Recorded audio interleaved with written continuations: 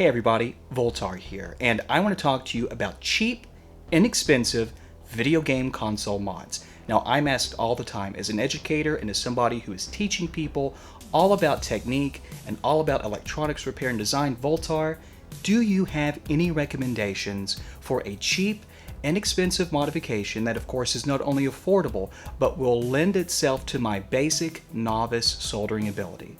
And I do. I actually designed this. It's an original design just for that. This is the N64 RGB. It's compatible with quite a few N64s. Just flip this baby upside down and see if the serial number begins with NS1. But having said that, this is a video amplification unit that will give excellent results and, dare I say it, is comparable to any digital video mod available for the N64. Now, of course, it doesn't have the features and it doesn't have the enriched experience in terms of what you can modify and manipulate internally, but I challenge you to look at any YouTube reviewer who has put a comparison between analog RGB and any digital solution, and you tell me if there's anything beyond an appreciable difference between analog video and digital, specifically when it comes to the system. As a matter of fact, here's some footage for you to review right now. Tell me what you think.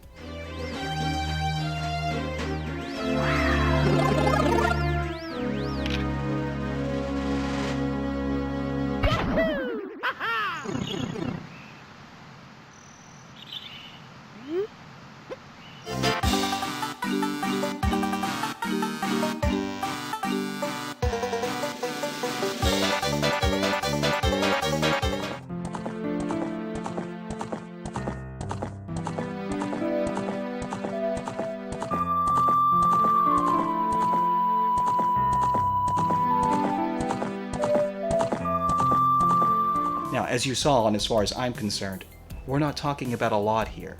I mean, this is around $35 versus a couple $100, and make no mistake, I personally recommend the digital mods for people who are interested in having a self-contained HDMI output.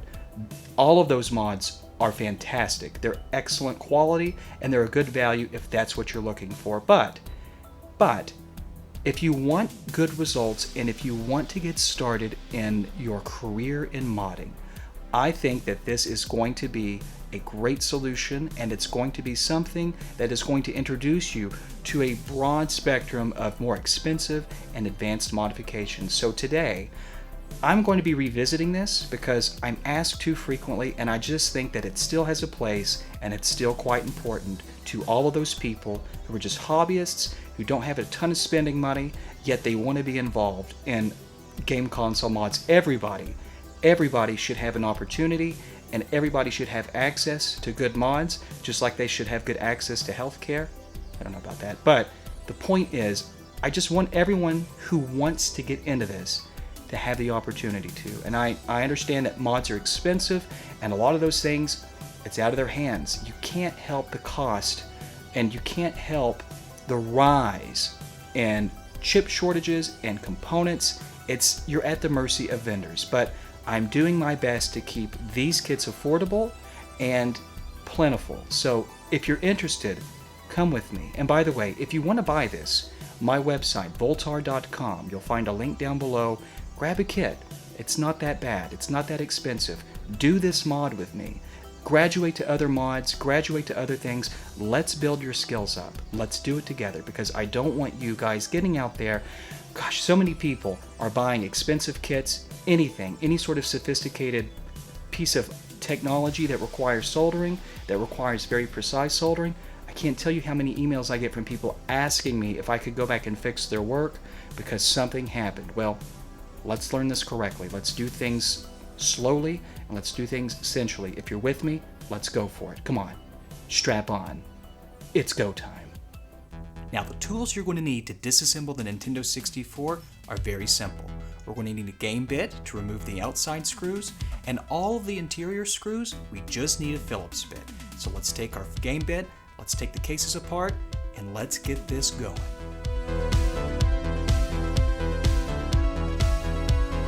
Great, now we've removed all the exterior screws so we can put that security bit away.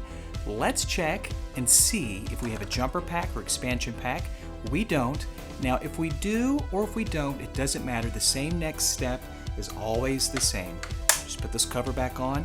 I like to grab the N64 from the side and just very carefully separate like this. And when you do this, even when there's a jumper pack installed, it doesn't really matter because it's going to come out and liberate itself anyways. Okay, very good. We'll set this to the side, and now we have the main board. Now to remove the main board, there are just a few screws that we have to remove. I'm going to count them. 1, 2, 3, 4, 5, 6, 7, 8, 9, 10, 11, 12, 13, 14 screws. Only the screws that go around the perimeter of the system do we need to remove. We don't need to worry about any of these. Okay, don't need to worry about those. Now having said that, let's get out our Phillips bit and zip them out.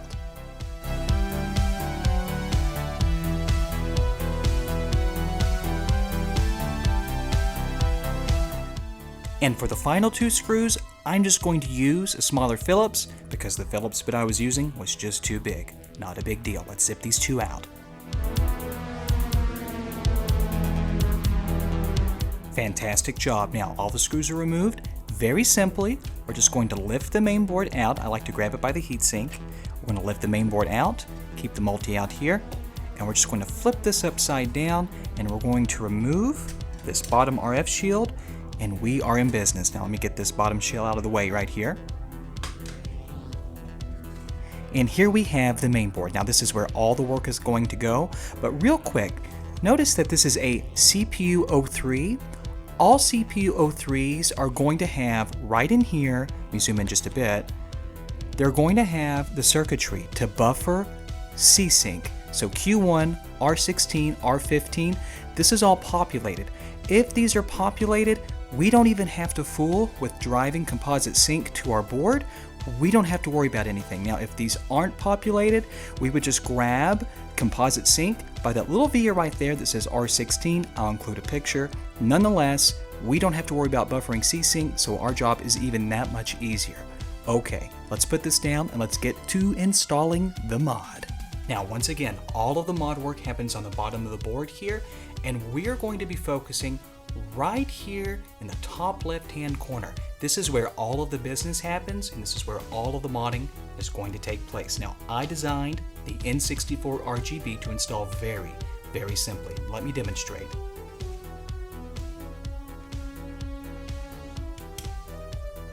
That's basically it. The kit fits over the multi-out pins just like so. The only thing here that we need to do is solder it into place. Now, if you're new to soldering, just follow my lead. I'm using a no clean flux. MG Chemicals halogen free is what I like. You can find it in the video description below.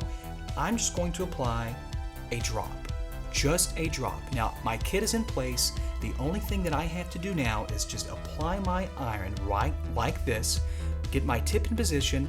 I am going to put my solder on one side of the joint, and I am going to put my tip on the other, and I'm going to make contact, and very quickly I am going to flood this joint with solder just like so, very nicely. Wait just a second, and we've gone molten, and that's all it takes. I'll demonstrate again. Once more, let's come right in here. Let's just pick this joint. To be random, we're going to apply heat.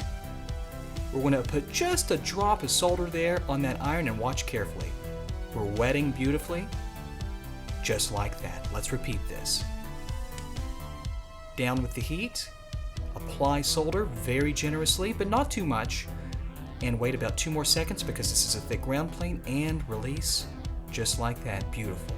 This is another ground tray, so it's going to suck up a bunch of heat. We'll wait just about 2 more seconds. 1, 2, release just like that. Apply heat, just a little drop of solder is all it takes, and come off of it. Now I'm taking my time. Naturally, you would be a little bit faster than this, but as a beginner, try to spend less than 2.5 to 3 seconds on each joint. Now, this is traditionally how I do it. I come in here, drop some solder, that's enough. I come in here, drop some solder, that's plenty. Get off the joint, just like that. Now, if your soldering looks anything like this, you've done a fantastic job. Great work. But now, the other end of the business is right in here. R10, R9, and R8. Now, traditionally, this is where I would always grab red, green, and blue analog RGB signals, and I would always take a cable, a 3-run conductor, and I would just jam those conductors in these vias. That's perfectly reasonable if you know how to do that with relative ease. But today, we're going to do something a little different. Rather than grabbing video from these three vias right here, we're going to grab it from the bottoms of these three ceramic capacitors. So in order to make this work, we're going to prep these capacitors by adding just a little bit of solder to the bottoms of each of them. Now watch carefully. I'm just going to come in here. We'll solder there, perfect. A little bit of solder there, perfect. And a little bit of solder there. That's just fine. Great job. Now we're going to attach our cables, and that will take care of this end of the soldering. We're going to come right in here with that little bit of no clean. It's just a drop. I know it looks like a waterfall, but keep in mind, we're very zoomed in. Once again, that is my pinky. If that's any reference of scale, don't get overconfident and underestimate or overestimate the size of all this. But having said that, we've got some no clean in there. Very good. We're just going to bring our 3-run conductor right here, pre-tinned, ready to go. I'm just going to put a conductor in position. Now watch this. I'm first going to heat the joint, and I'm just going to jam that conductor in beautifully, just like that. It's just like T1000 came over and said, here, get sensual with me. Let's have a good time. Now once again, we're going to apply heat first to the joint. Now watch this. We're just going to bond these two beautifully in holy soldering matrimony. Now once more, we've got this final joint to make right up here. I'm going to apply my heat. 1, 2, 3, and sweet droppings from the gods. We've done it again. Now that looks fantastic. Great work. The rest of the job is all the way up here. We're going to pre-tin these pads, B, G, and R, and we're going to get this soldered up. Now this, of course, is also very, very simple. Let me just get this in frame a little bit better. I think that's quite good. We're going to come right in here with our solder, and we're going to first put tip to pad. That means the soldering tip is going to land on the pad like so, and we're just going to introduce some fresh solder juices just like that. Once again, tip to pad, solder juices, tip to pad, solder juices. I needed to clean my tip first. That's what this black debris is. That's not a problem. We can clean that up with just a little IPA and a toothbrush. I'll show you how to do that too since we're here. We're going to take just a little bit of IPA, spritz the board.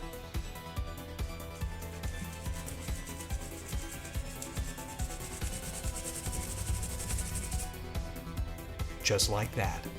We clean the soldering joint up just a bit here. Beautiful. Okay, great. Now, we're going to get our conductors in position, and I'm going to zoom out to explain this just a bit. Now, we are zoomed in nice and tight here, and just as before, we will introduce a drop of no clean flux. Now, we have our conductors almost in position. We've got that beautiful purple conductor right there. Ooh, it's gobbed up with all sorts of delicious, juicy flux juices. That's exactly what we want. Now, we're going to align it very carefully like so and get it in an approximate position. And then what I'm going to do is I'm going to bring my tip in here just like this. Now watch very carefully. Watch as we union these dissimilar metals in a holy, almost borderline sensual matrimony, just like that. It's gorgeous. Okay, let's come over here to Mr. Gray, and we're going to get this conductor in position. And once again, we are going to unify these so that we can get the glorious RGB videos working. It doesn't get any sexier than that. Now finally, Mr. Blue, all the way over here to the side like this. We're going to come right in here, and we're going to put him in position just like that. Now we'll clean this up with a little bit of IPA and a brush, but we're in good shape. We're all done. There's only one last thing that we need to do. The RF plating that fits on the bottom, we just need to bend this little tab inward so that it's nice and flat. That's not a problem. I'll just come in here with some pliers or some strips that have some jaws on the end, and I will just flatten this out like so. That way, this edge doesn't short and come into contact with our board, and we can reinstall it just like that. Beautiful. Now, one last thing. This system has a region mod, but unfortunately, the region mod requires you to do something quite nasty to the original cartridge throat so that you can play out-of-region Japanese games. Well, I'm offering also a region-free cartridge throat replacement that installs beautifully, and it's just 2 screws, and this is dirt cheap. So the customer didn't ask for this, but I'm going to go ahead and install one for him and include this bogus mod back so that it'll have his original parts, but nonetheless, we're going to install this because it is a solderless, very inexpensive modification that has great utility and value. Okay, let's do it and we'll zip this back together.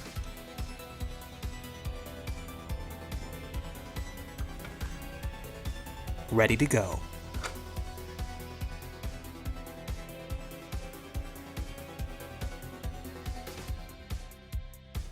Well, I hope that we all have learned something today. There are mods for everybody, and high quality mods don't have to be expensive. Now I have some footage here of me getting owned in Super Mario 64, and I'm actually cycling between the RetroTink5X as well as the original OSSC. I believe both of these systems are putting out 1280 by 960 resolution, but I just want to outline the 5X is fantastic, but the OSSC is still pretty darn good. Any external video processor that's decent is going to do a fantastic job, and it's going to look phenomenal. I think the OSSC can be had for around $115, $120 these days, and that is pretty darn good.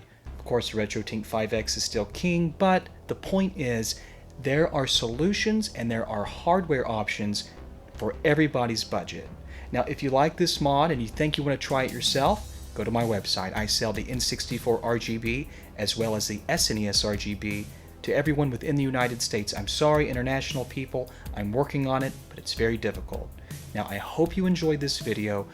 Thank you. I'm glad to be back. I feel healthy, I feel sensual, and everything is going great. Let me know what you'd like to see next down below. We have a few other things to talk about, and we might not be done with this system just yet. There's something else digital coming along around the corner, and I think it might just hit a great price point for a lot of people. Take care of yourselves. Catch you next time.